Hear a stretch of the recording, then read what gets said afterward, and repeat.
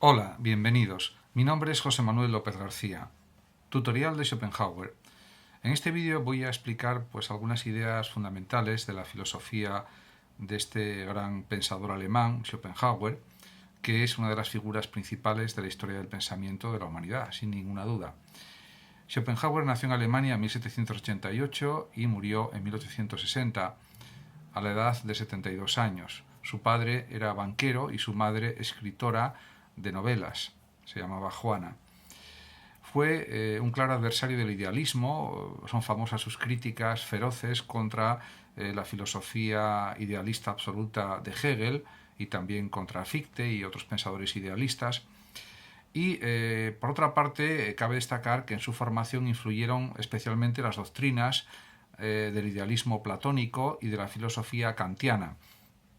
Por supuesto, era un gran lector, un lector voraz, y su biblioteca particular comprendía unos 3.000 libros, pero realmente él también se interesó por el budismo y por las religiones y filosofías orientales. En 1811, en Berlín, Schopenhauer siguió las lecciones, por ejemplo, del gran filósofo idealista alemán Fichte. En 1813 se graduó en Jena con su tesis La cuádruple raíz del principio de razón suficiente, un gran libro en el que ya da muestras de su dominio y de su erudición en el campo de la filosofía. Ciertamente, está claro que su obra más importante, por decir así, o la más representativa de su pensamiento es El mundo como voluntad y representación. Yo diría que es su mejor obra, se publicó en 1819 y tiene más de 1.000 páginas de extensión. Por supuesto, escribió otras obras también muy importantes, pero esta podemos decir que es la que, diríamos, representa lo fundamental de su forma de pensar. Después de un viaje a Roma y Nápoles, ingresó en 1820 como docente libre en la Universidad de Berlín e impartió allí lecciones, clases, dio cursos libres hasta el año 1832. Parece ser que sin demasiado entusiasmo y sin ningún éxito. En cualquier caso, también hay que decir que la obra de Schopenhauer no alcanzó un éxito inmediato, repentino, sino que tuvo que esperar unos 20 años para que se le reconociera como un gran filósofo y como un gran escritor. Podemos decir que entre los grandes descubrimientos que realizó Schopenhauer con su filosofía es el de descubrir la vía de acceso al noúmeno, que aparecía como algo que era inverificable a partir de la experiencia, porque realmente es lo espiritual, lo ideal, por lo tanto que no está sujeto a la experiencia. Y también otro concepto que desarrolló Schopenhauer es la voluntad infinita, desde un planteamiento ciertamente más bien romántico, pero no es una voluntad finita, sino infinita. También él habla de una voluntad irracional en el mundo. En ese sentido, su filosofía podría definirse como un relativo irracionalismo. Y además hay ciertas cuestiones que también son decisivas para entender bien la filosofía de Schopenhauer. Por ejemplo, que Schopenhauer no está de acuerdo con Kant en relación con la afirmación del pensador prusiano de que la fe moral y los postulados de la razón práctica pueden servir como una posibilidad para relacionar al hombre fenoménico, al hombre real, al hombre físico, con el mundo de las ideas, con el mundo nouménico, que no está sujeto a la experiencia. En esto, Schopenhauer se opone radicalmente a este planteamiento kantiano.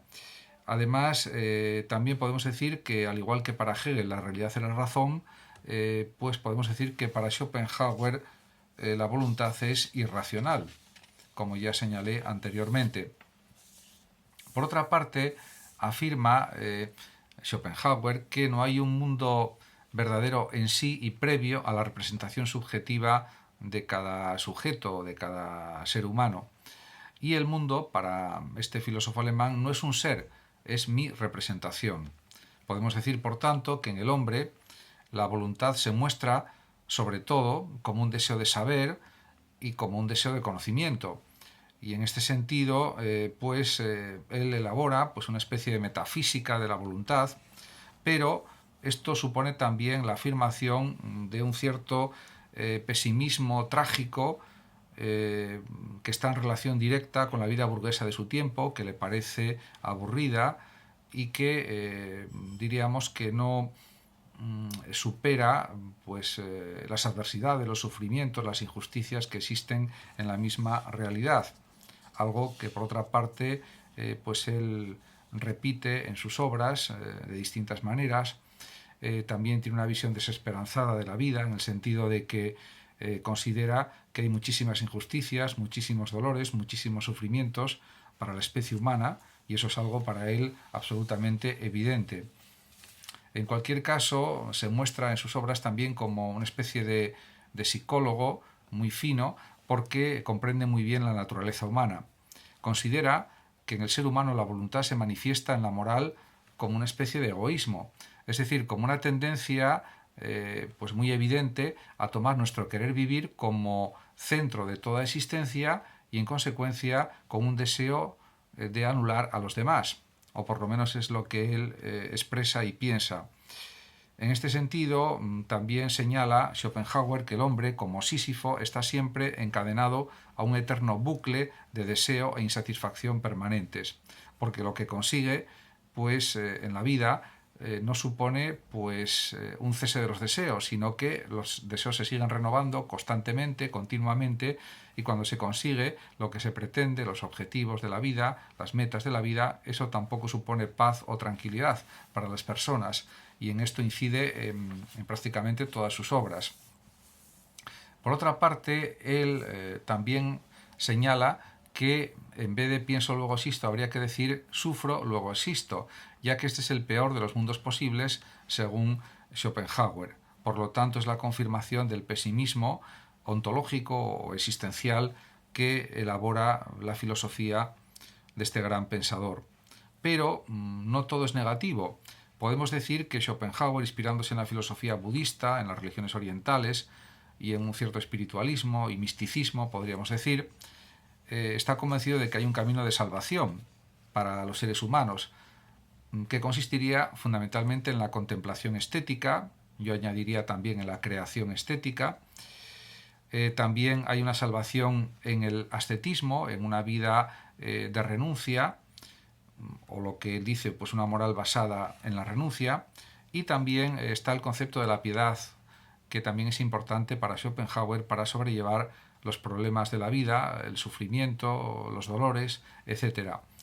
En cualquier caso, pues él en sus libros pues analiza todas estas situaciones existenciales, analiza también lo que es la felicidad, lo que es el dolor, la muerte, la angustia, la vida, la duración de la vida, y eso pues da lugar a que sus obras sigan siendo actuales y como si estuvieran escritas prácticamente en el siglo XXI en muchos sentidos, porque los problemas humanos, los problemas sociales y sobre todo las actitudes existenciales son muy parecidas las que existían en el siglo XIX y las que existen en el siglo XXI.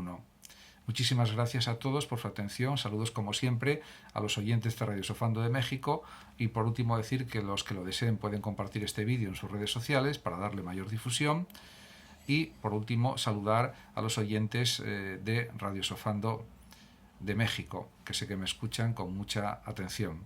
Hasta siempre.